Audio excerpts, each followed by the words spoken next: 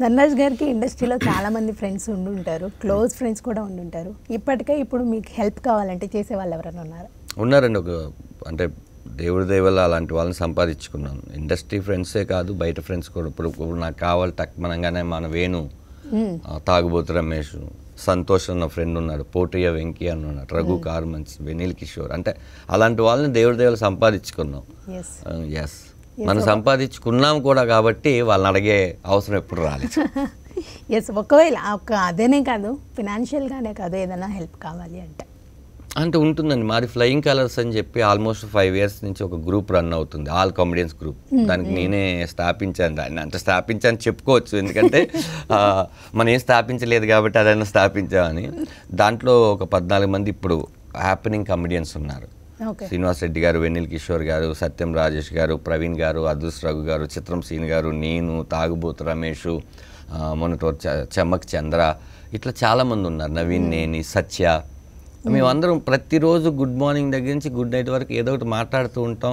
ఒకవేళ అంటే ఎలాంటి హెల్ప్ అంటే మీరు అడిగినప్పుడు డబ్బుల విషయమే కాదు, పక్కన నేను పలానా ఊరు వచ్చాను, ఇక్కడ ఏ ఫుడ్ బాగుంటుంది అనగానే వాళ్ళ ఊరు సైడ్ నుంచి 4 ఫుడ్లు పంపించాను.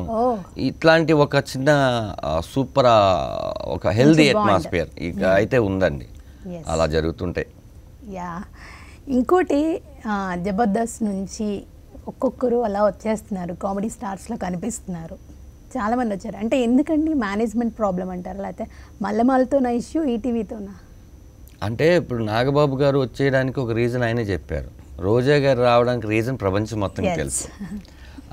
ఇప్పుడు ఆది కొన్ని ఎపిసోడ్లు తన సినిమాలు బిజీగా ఉండడం వల్ల అతను రావడం కుదరట్లేదు. ఇప్పుడు సుధీర్ కూడా కొన్ని ఎపిసోడ్లు సినిమా హీరోగా చేయడం. అంటే మనకి ఏంటంటే పర్టికులర్గా ఒక సర్కిల్ గీసుకుని ఒక డాట్ పెట్టుకొని చూస్తే మనకు అన్నీ ఒకటి తర్వాత ఒక ఇన్సిడెంట్, దానికి సీక్వెన్స్ ఏమో అనిపిస్తుంది, కానీ ఆ సంఘటనలు వేరు, ఈ సంఘటనలు వేరు.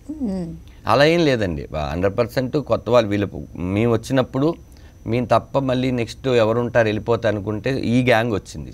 సుధీర్, గెటప్ సీను, రాంప్రసాద్, ఆది, వీళ్ళందరూ వచ్చారు. ఇప్పుడు వాళ్ళతో పాటు ఇప్పుడు నోకరాజు, హిమాయలు, ఫైమా వీళ్ళందరూ ఉన్నారు. రేపొద్దున వాళ్ళతో పాటు ఇంకా ఇది వస్తూనే ఉంటుంది. అంటే ఒక్క తెలుగు ఇండస్ట్రీలో మాత్రమే ఎంతమంది కమెడియన్స్ వచ్చినా పుష్పక విమానం ఇది, ఇంకొక సీట్ ఖాళీగానే ఉంటుంది.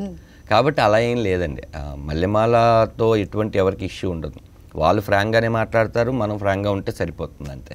పర్టికులర్గా మీరు రావడానికి ఏమైనా రీజన్ ఉందంటారా? ఏం లేదండి. నేను అప్పుడు బేసిక్గా బిగ్ బాస్కి వెళ్ళాల్సి వచ్చింది.